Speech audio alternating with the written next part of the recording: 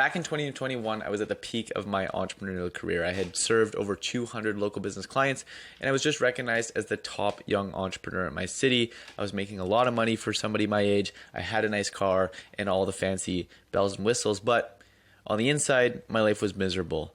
I hated waking up in the morning. I hated my clients. I, did very cheap work, and it led to a very stressful, very unfulfilling life. And so I made the decision to walk away from everything I had built and shut down my first company, Wilson Media, to go all in on a gym agency. And when I made that decision, it was a big risk for me. I went from, somebody who had this big company that was well and everybody knew, liked, and trusted, to not only shutting down my original agency, but then also starting to target American clients where nobody knew, liked, and trusted me. And in the first week of my gym agency, I barely even got any leads, and I really thought that I was in big trouble. And then I made the switch to doing a new outreach type of system, something that had never been seen before and that honestly I made up on my own out of desperation. And in the next 4 weeks, I went on to sign 6 clients. And in this video, I'm going to break down everything that I did step by step in detail so you can use the same system to get clients for your agency. Okay, so before we get into it, I just want to show the stats and kind of show the lead sheet that I had going at the time.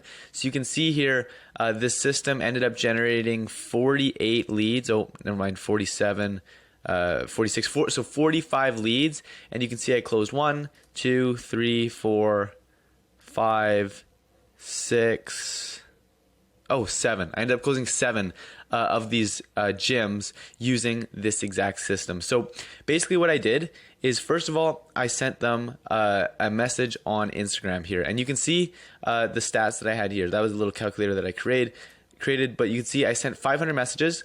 Of the 500, 7.6% of them turns into leads. I sent 38 looms. Of those 38 looms, I scheduled 10 calls. So my loom to value call percentage was 26.32%. I had 8 demo calls, which means 80% of the people that showed up to the first call ended up showing up to a sales call after that. And then I had 6 clients, which led to a 75% close rate on these clients. Now you might be thinking that is an absurdly high close percentage, especially because my offer was $5,000 plus $100 per show.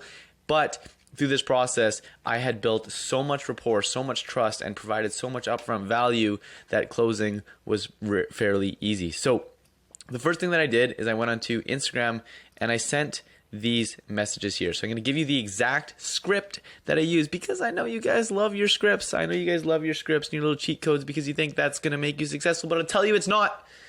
Before I get into this script, I'm going to tell you right now, this script ain't going to change your life. And realistically, most of you guys watching this video, you're going to take this script and you ain't going to make a single dollar with it, right? Because the reason people chose to do business with me at an absurdly high percentage was not because of the script that I used, but it was because of who I was as a person, right? And so if you guys focus on becoming somebody that people actually want to do business with, you will close many more clients than if you simply just blindly shoot out this script like a shotgun style bullet, okay? So first thing that I did is I identified who my ideal prospects were.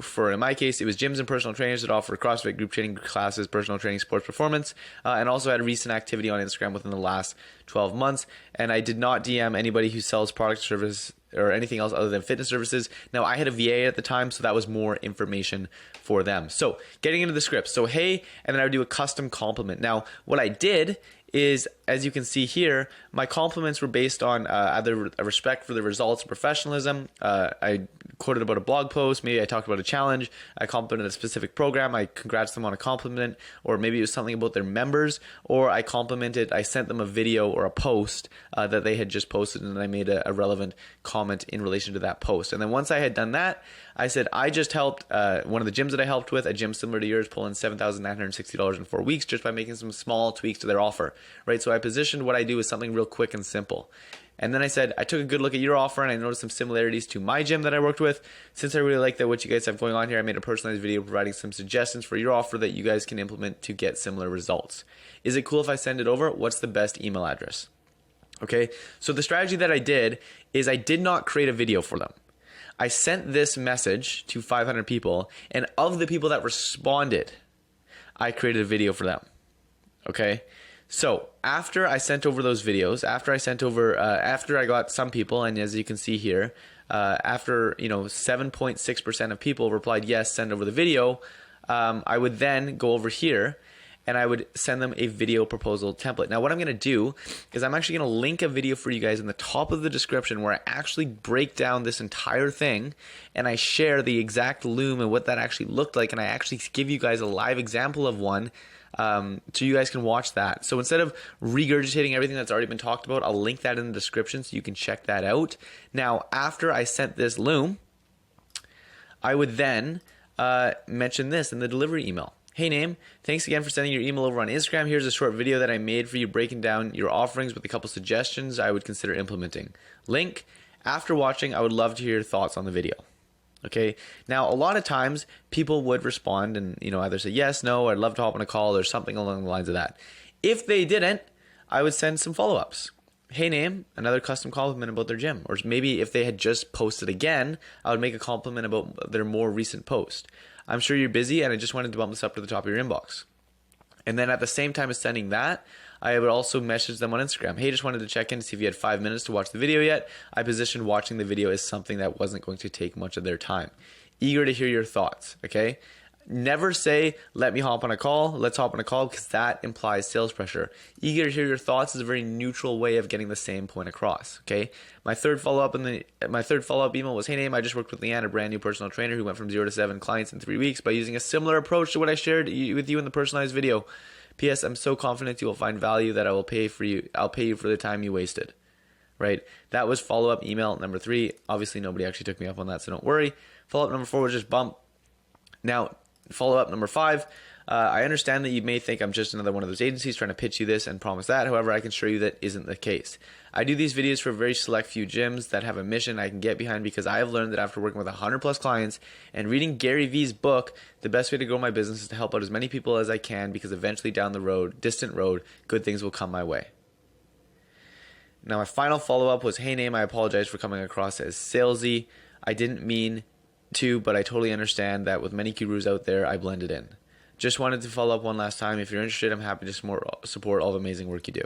Okay, so these were the follow-up sequence that I would use. Now, let's say in a hypothetical situation, they didn't respond to even this message, right? So what were the follow-ups that I used on Instagram? Follow-up number 2, or follow-up number 1, which I would send 2 days later. Hey guys, I'm sure you're just busy. Just pumping this up to the top of your inbox. P.S. I have nothing to sell you. Follow-up 2, which was 3 days later.